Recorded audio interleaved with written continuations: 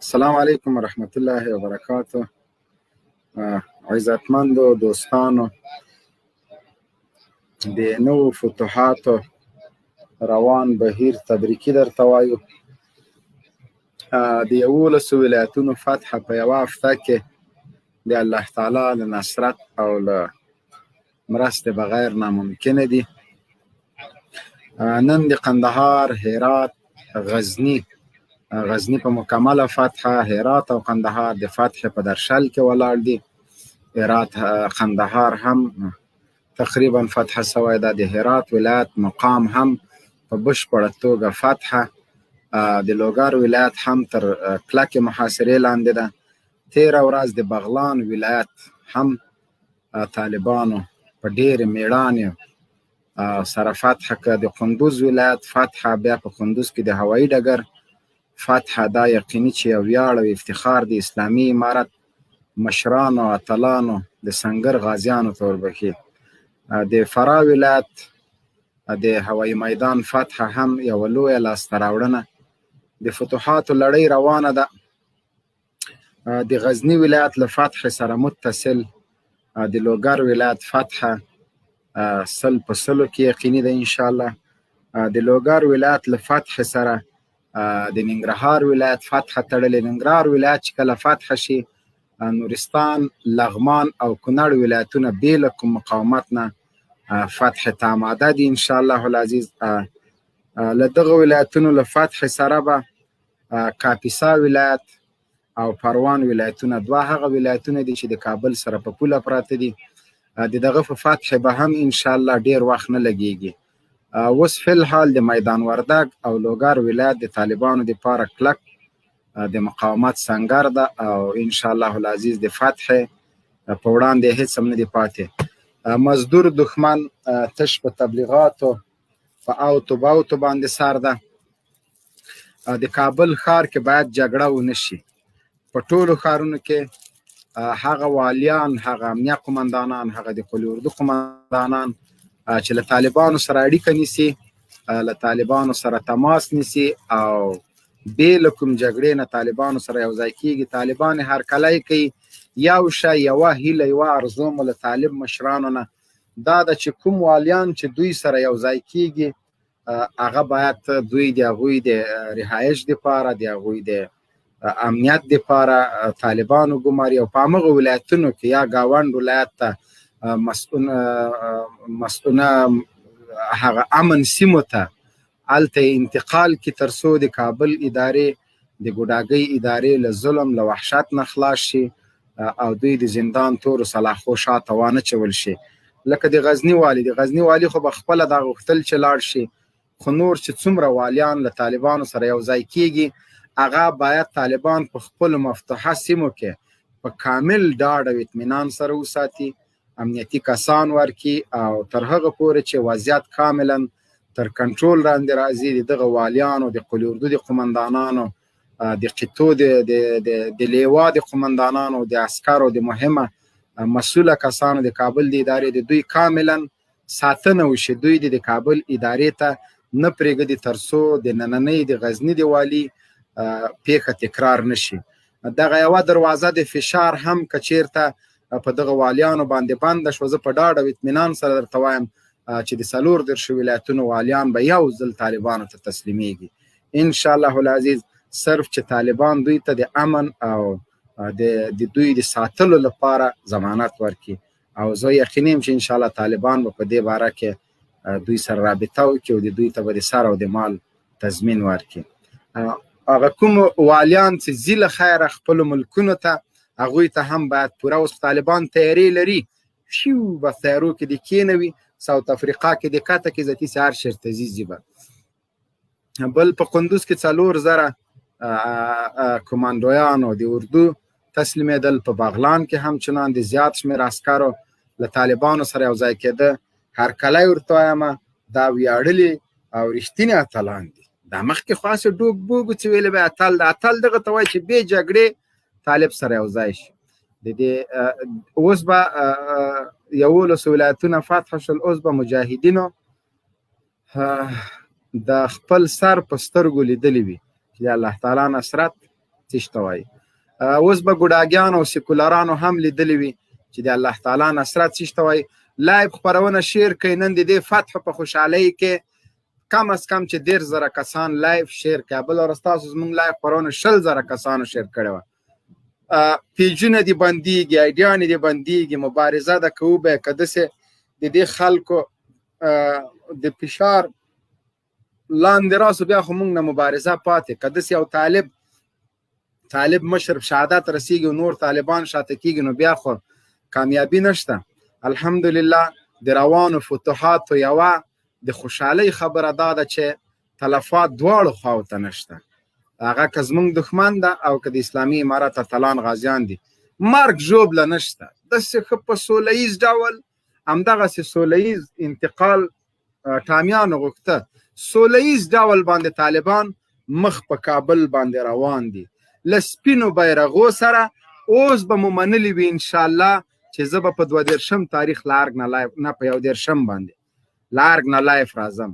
اوس خو به مو زړه منلي وي انشاءالله العزیز.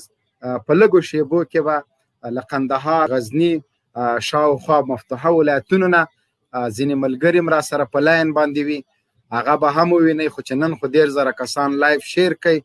زمونږ او ستاسو د غږ اوچتولو یوازینی چینل حقیقت نیوز، نو دا د نور میډیا خبریالان بل ورځ یو راته ویل وای دا خبریالان ولې د مفتوحه ولایتونو ته نه ځي، جوزجان، سرپل، هرات او قندهار او هلمند. مال خبریالان پوهېږي چې 15 ورځې پاس به طالبان د تیلو نیوز تلویزیون د نطاق په جي باندې راته ناست نو چشته ورځو. نو د خبریالانو هم زړه منلې ده چې سبا به یو طالب شمشاد تلویزیون نه وایي د خبرونو سر ټکي، بل خبریال به د طالبانو له تیلو نیوز نه وایي د کابل فتح مو مبارک شه، ارګ ته طالبان ننوته. وروره د بي بي سي او د ازادۍ راډیو له سټوډیو نه به بل شملور او بریتور یا به زه یم یا بل څوک هغه به وایي چې به پیش راورسېدل طالبان. نو له خیره سره بالکل خبریالانو ته ضرورت نشته. موږ درځو، چرتو نه وهئ. فتح د ټولو ته له یو سره مبارک وي. د الله تعالی نصرت ده. الله تعالی ته به د شکرانې سجدې ادا کوو، له الله نه به سوال کوو، زارۍ به کوو چې یا الله نور موږ په امتحان کې وانه چوي او دا د فتح لړۍ دا نصرت همداسې جاري وساتې. د افغانانو دښمنان، د اسلام دښمنان، د سی آی او د بلیک واټر جاسوسان شرمنده او نامراده ولري. نو تاسو نه مې یوه هیله دا ده چې لایف در سره شیر کوي. جګړه اسانه ده، سره وهو به یو مرمۍ د ټانګ هم راوخړوئ. حمدالله محب چې ویلي چې قسم په خدای که طالبه په زوره رانه ارګ ته راسې هغه هم تښتېدلی قسم خور. نو 2 ورځې کېږي چې تښتېدلی، نن استعفا ورکړله. د سی آی ای او د بلیک واټر جاسوس امرالله صالح 10 ورځې کېږي چې په ټویټر باندې په فیسبوک باندې موږ نه ورک د نادرکۍ اعلان هم ورکوو، امانځه کې چې قرت ووهه. نو ټولو خلکو ته وایم چې دغه خاینانو عسکرو تاسو ته وایو د دعوت و ارشاد د کمیسیون لمبرې در سره کوي، زنګ ووهئ، د سر او د مال حفاظت به مو کېږي، ډاډ او اطمینان درکوو چې څوک به په چپلاخه خو څه کوي دا به هم درته نه وایي چې له دې جې نه جګ څه هلته کښېنه. تاسو زموږ ورونه یاستئ، زموږ غېږې د اسلامي امارت د مشرانو، د زعماو، د سنګر د غازیانو غېږې در سره خلاصې دي. د مینې او د الفت په فضا کې هرکلی درته وایو الله مو راوله. دا هېواد ستاسو ده، تاسو د دې هېواد بچیان یاستئ. نور به جګړې ته د پای ټکی ږدو. پرېږدئ چې د اسلام اتلان او غازیان ارګ ته ننوځي او د سی آی ای او د بلیک واټر جاسوسان په خپله سزا باندې ورسوي. نن خلیلزاد طالبانو نه یوه هیله او پیشنهاد دا کړی و چې که راغللی دا د موږ سفارت ته څه ونه وایي، نه وایو څه، نه وایو څه، نه وایو. قاري صاحب راغلی ده. السلام علیکم ورحمت الله وبرکاته. محترم قاري صاحب سعید خوستی لایو خپرونې ته په خیر راغلی. د روانو فتوحاتو تبریکي درته وایو. وعلیکم السلام ورحمت الله وبرکاته. جنرال صاحب محترم، تاسو ته او تاسو ټولو اوریدونکو ته د دې فتوحاتو مبارکي وایم. مبارک دی، مبارک دی. قاري صاحب محترم، دا اوس مو پیج جوړ که پیجونه ختم شو. 15 کسانو لایک درلوده الحمدلله. 6,000 کسان څه د پاسه لایف ته ناست دي. له دې ملت نه ډېر مشکوره یو، له دې اوریدونکو، له دې لیدونکو موږ سره چې همکاري کوي د زړه له کومې ورنه مننه کوو. مبین صاحب زه هم د دوی نه مننه کوم او الحمدلله اوس به د دې خلکو سر خلاص شوی وي او په ډیرو خبرو به د دوی وروسته هم سر خلاص شي. دوی ته به معلومه شي چې دوی په یوه خیالي نړۍ کې اوسېدل 20 کاله. په دوی باندې جادو شوی و، په دوی سحر شوی و، دوی تازه له خوبه راویښ شوله. جنرال صاحب لکه تاسو چې یادونه وکوله، تاسو پیج نوی جوړ کړو او لله الحمد دا د اوسه 6,500 کسان د موږ لایف ګوري.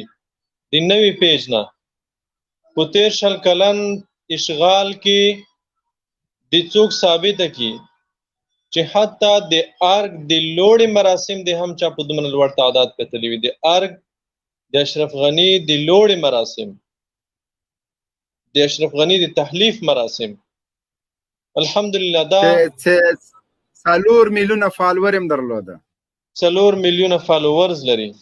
خو د هغې سره بیا هم موږ یو اکاونټ چې اوس تازه مو جوړ کړو الحمدلله دومره کتونکي لري. دا د دې ملت د دې ولس مینه ده، د مجاهد سره، د طالب سره، د اسلامي نظام د مجاهدینو سره د دې خلکو مینه ده. جنرال صاحب یو څو خبرې ډېرې ضرور دي، زه یادونه کول غواړم. هغې نه وروسته بیا کوشش کوو که چېرته ډاکټر صاحب نعیم فارغ و نو هغې ما سره وعده کړې وه چې که چېرته فارغ وم لایف کې برخه در سره اخلم. نو که چېرته ډاکټر صاحب فارغ و بیا هغه لایف ته راولو، هغه به کوشش وکړو. هغوی غونډه هم چې درلودله، غونډه هم تقریبا ختمه شوې، انشاءالله وخت به ولري رابطه ورسره وکړئ چې راشي، تر هغو به نور اورېدونکي لایف شیر کړي. و انشاءالله.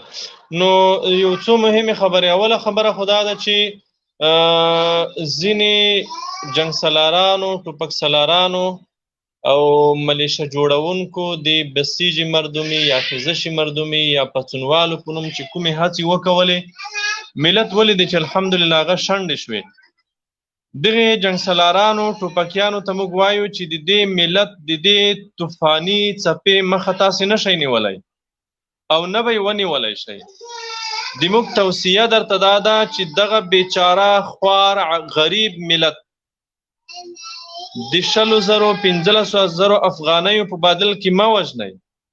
د دوی د فقر، د دوی د محتاجۍ څخه بده استفاده مه کوئ.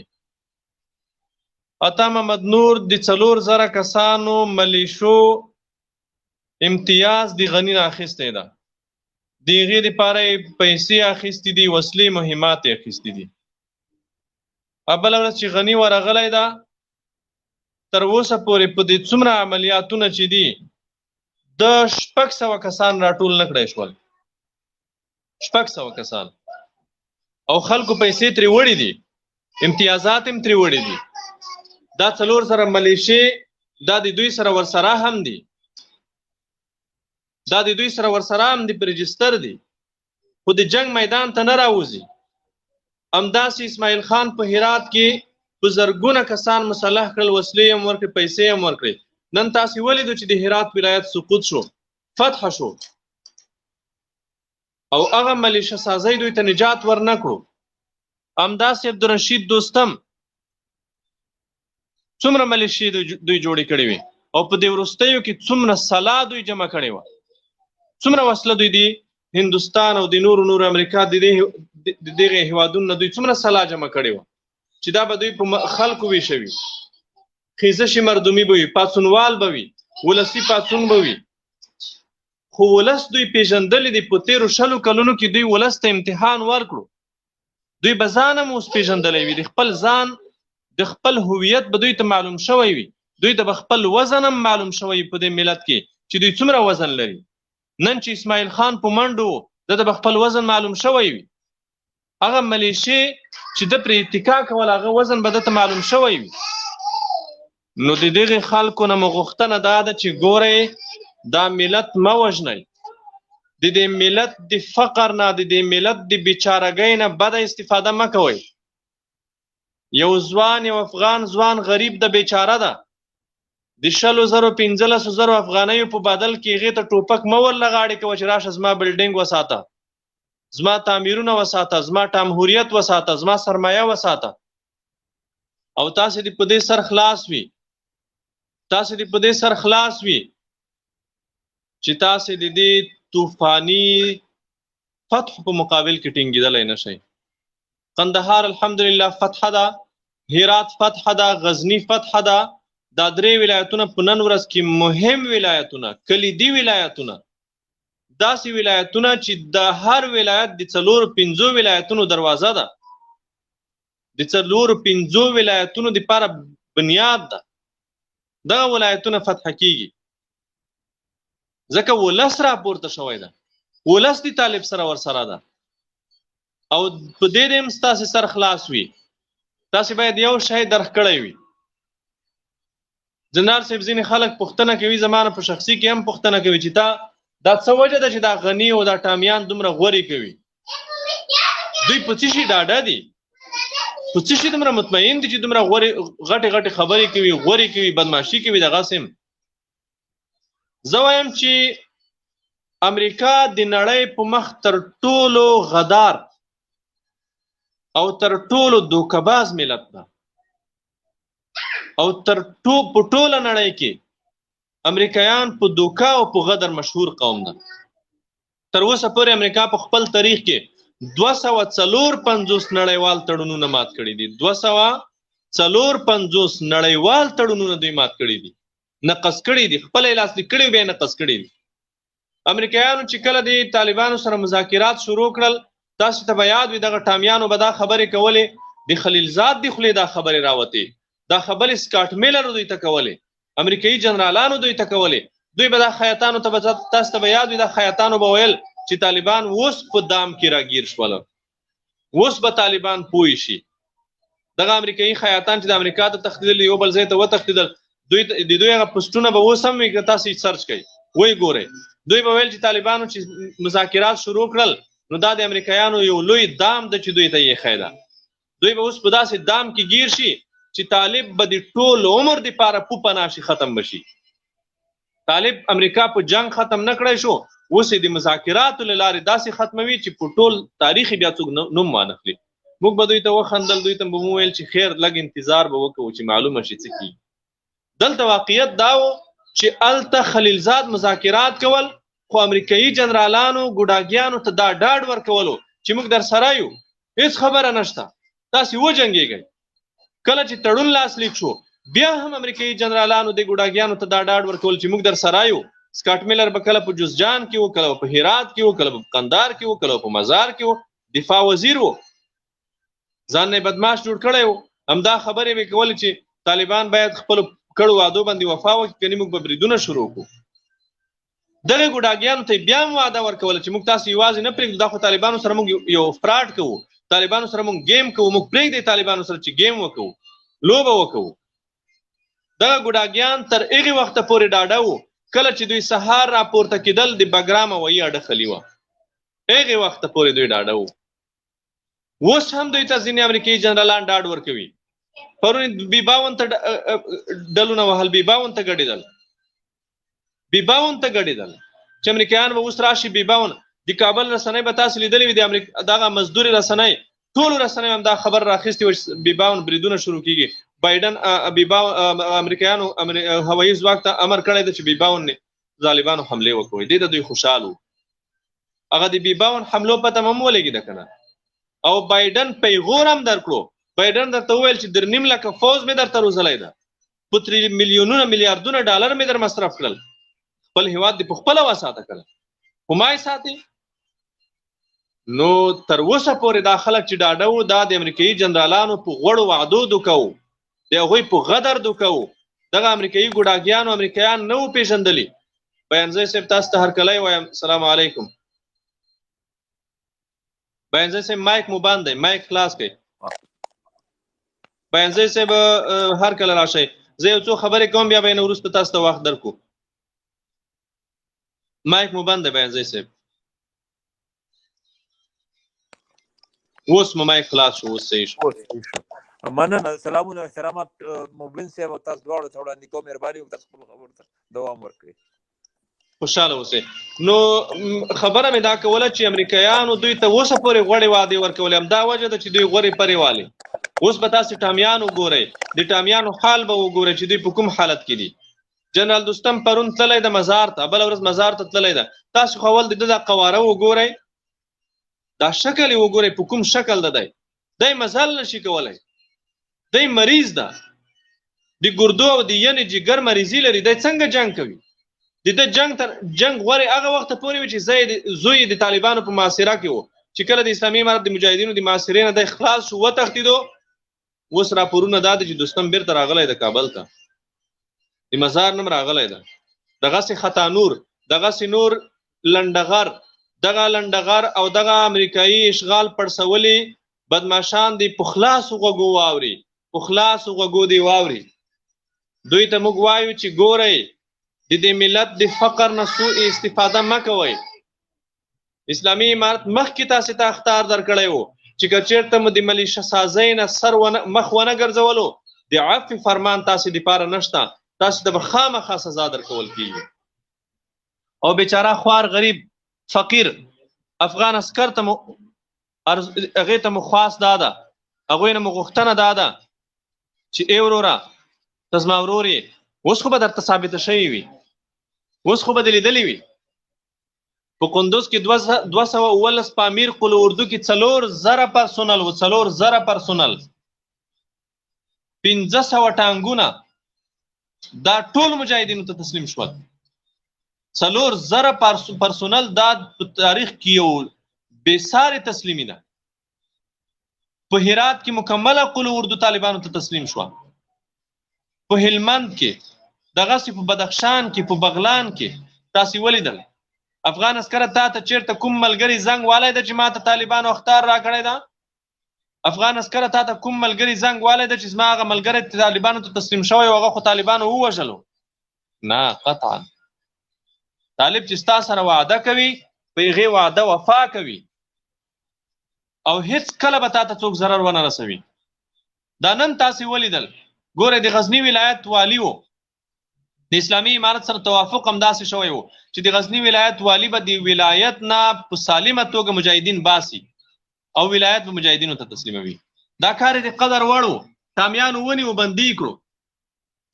ټامیانو غوښتنه ترې دا وه چې ولې د ښار دغسې پرېښو، ولې د 100-200 کس افغان بیچاره افغانان پرې ونه وژل. د ټامیانو غوښتنه ترې دا وه. ښه، اوس به څه ګټه وکوي؟ که د جنګ کړی وی څه ګټه به یې کړې وه؟ جنګ خو په هلمند کې هغه امریکایي ټامي وکولو که نه، سمی سادات هم جنګ وکولو. اوس یې نتیجه وګورئ که نه، وبه یې ساتلی شي؟ ویې ساتلی شو؟ دغسې به په بل ښار کې هم، په بغلان کې، په شبرغان کې، په بدخشان کې، په ټولو ولایتونو کې دغه امریکایي بدماشانو د مقاومت کوشش وکولو، خو مقاومت یې وکړی شو؟ نه، نشئ کولی مقاومت. تاسې جنګ نشئ کولی. په دې سره خلاص کړئ. د ټولو ولایتونو والیانو ته د موږ پیشنهاد دا ده، د موږ د دوی نه غوښتنه دا ده چې که غواړئ راتلونکي مو محفوظه شي، که غواړئ آینده مو وساتل شي، د اسلامي امارت غېږه تاسې ته خلاصه ده، له مقاومته لاس واخلئ، خپل ولایتونه مجاهدینو ته په صحیح توګه تسلیم کړئ، پرته له جنګ تسلیم کړئ، په سوله ییز ډول تسلیم کړئ. جنګ مه کوئ، جنګ نشئ کولی. تاسې هلمند د تاسې دپاره ښه مثال ده، قندهار د تاسې دپاره ښه مثال ده، هرات کې هغه اسماعیل خان ښه مثال دی تاسې دپاره، او تر سبا سهاره پورې به انشاء الله بفضل الله د مزار خبره مو اورئ. عطا محمد نور به مې تاسې دپاره ښه مثال شي انشاء الله. نو غوښتنه مو دا ده چې دا ښارونه مه ورانوئ، دا د خلکو سرمایې مه تباه کوئ. اسلامي امارت غېږه تاسې ته خلاصه ده. که ته والي یې، که ته وزیر یې، که ته هر څوک یې، اوس هم تا ته وخت شته. جنګ مه کوه، راشه وسله دې په ځمکه کېږده، د اسلامي امارت سره یو ځای شه. اسلامي امارت تا ته د تا د سر، د تا د ناموس، د حفاظت ډاډ درکوي او تضمین درکوي، او هیڅ څوک به تا ته ضرر ونه شي رسولی. په ټول افغانستان کې زه په چیلنج دا خبره کوم، په ټول افغانستان کې څوک نشي ثابتولی چې په مستند ډول یو مثال راوړي د تبلیغاتو نه، د پروپاګند نه فوق، د طلوع شمشاد او د پژواک، د BBC، ازادي راډیو، امریکا غږ راډیو، د دغه امریکایي ګوډاګیو رسنیو د تبلیغاتو نه ای طرف ته څوک د په مستند ډول ثابته کړي چې اسلامي امارت ته یو عسکر تسلیم شوی دی او بیا یې وژلی دی یا یې ضرر ورته رسولی په دې 11 مفتوحه ولایتونو کې په زرګونه عسکر دي چې په کور ناست دي خپل عادي ژوند کوي په زرګونه عسکر افغان عسکره ته هم د هغوی له جملې څخه یې که چېرته وسله دي په عزت کې په وقار وسله په ځمکه کېږده کېښوه د راتلونکي اسلامي نظام برخه به شي ته د دې هېواد سرمایه یې ته به د راتلونکي اسلامي نظام برخه شي او که په جنگ د ټینګار وکولو سرتنبګي دې وکوله نو تا په بغلان کې نن ولیدل په بدخشان کې دې ولیدل په قندوز کې دې ولیدل چې چا چې په جنگ ټینګار کولو نتیجه یې هغه شوه چې تا ولیده او ته دا قرباني د څه دپاره ورکوې ته د جمهوریت دپاره ورکوې د ټامیانو دپاره یې ورکوې هغه ټامیان چې تښتېدونکي دي دغه ټامیانو ته موږ چیلنج ورکوو چې که تاسې نران یئ خو تاسې د جنگ میدان ته راووځئ تاسې خو چې بیا ونه تښتئ تاسې خو چې بیا لاړ نه شئ ستاسې غیرت به موږ هغه وخت ومنو چې تاسې ټامیان په خپله د جنگ میدان ته راشئ حمدالله محب دې لاړ شي یوه ولایت ته دغه ولایتونه چې سقوط کېږي د یوه ولایت قمندو دې په غاړه واخلي دا نور ټامیان چې په ارګ کې ناست دي راودې وځي فضلي دې راووځي دا بل ټامی دې راووځي امرالله صالح دې راووځي را دې شي د 2-3 ولایتونو قمندا دې مستقیما په غاړه واخلي جنگ ته دې رامخکې شي چې معلومه شي ولې بیچاره افغان وژنئ ولې د 100,000 افغانیو عسکرو وژنئ ولې د هغې د فقر نه سوء استفاده کوئ بیانزی صاحب محترم مبین صاحب بیانزی صاحب ته وخت ورکړي دی خبرې وکړي بیا وروسته ملګري راپورته قاري صاحب بیانزي ته وخت ورکړو 2 پوښتنې دي اول طالبان چې کومو ښارونو ته ننوځي ولې اطفایې نشته ورسره اکثره وخت د دوی د ښار ته په ننوتو باندې د کابل ګوډاګۍ اداره بمبار کوي له بمبار سره جوخ د اطفایو د نشتون له وجې نه بازار په مکمل ډول سوځېږي یو دویم هغه خلکو ته چې د تسلیمېدلو نه مخکې ډیپوګانې رینجرې حاموي ټانګونو ته وراچي لکه د هرات د شینډنډ په ولسوالۍ کې هوایي میدان کې دغسې یو تخریب شوی ده دغه خلکو سره به امارت څه کوي دا خو لوی خیانت ده دوی به هم د عفو له فرمان نه برخورداره وي چې زرګونه په میلیونونو ډالر زیان دغه د بیت المال ته رسوي د شتمني ته یې رسوي ټانګونو ته دغه د مخنیوي په خاطر باندې مو څه مشرانو سره څه کړی ده دې ته متوجه دي که نه جنرال صاحب اوله خبره خو د اطفایې په باره کې چې تاسو کومه خبره وکړه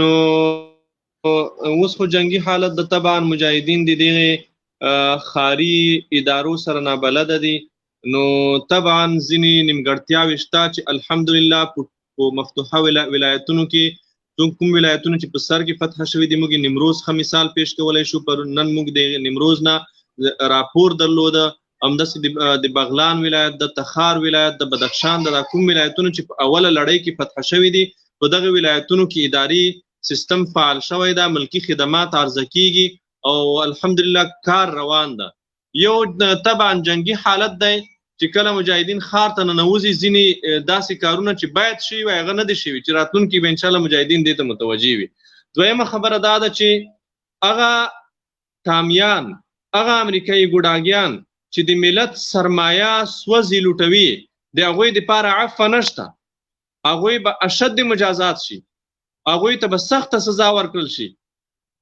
هغوی ته باید چې سخته سزا ورکړل شي ځکه دا خاینین دي د ملت سرمایه لوټلې ده د ملت سرمایه 20 کاله ولوټله او اوس چې کوم شی ملت ته پاتې کیږي دا دومره بېرحمه دشمن ده چې په دې هم رحم نه راځي چې خدا خو همدې ملت ته پاتې کیږي ته که اروپا او امریکا ته تښتې خو دا ملت خو دلته پاتې کیږي ملت خو اروپا ته نه تښتي ملت خو امریکا ته نه تښتي خو تاسې یو څو ټامیان تاسې به تښتئ ولې دا ملت تباه کوئ او تاسې د تبلیغاتو واقعیت هم ولیدو دوی یو اناردرې ولسوالۍ باندې څومره وخت تبلیغات وکول نن د څو ولایتونو امنیه قمندانۍ دوی بمبار کړي دي په غزني کې د ولایت په مقام بمبار کړی ده په ډېرو ځایونو کې دوی تاسیسات بمبار کړي دي بشپړ له منځه وړي دي ټانګونه یې وران کړي دي ویجاړ کړي دي اور یې ورکړی ده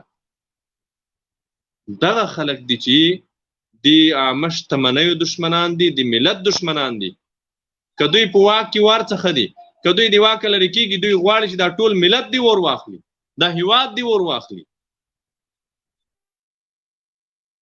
ډیره زیاته مننه قاری صاحب، مهرباني وکړئ حاجي بیانزي صاحب نه که څه سوال لرئ مهرباني.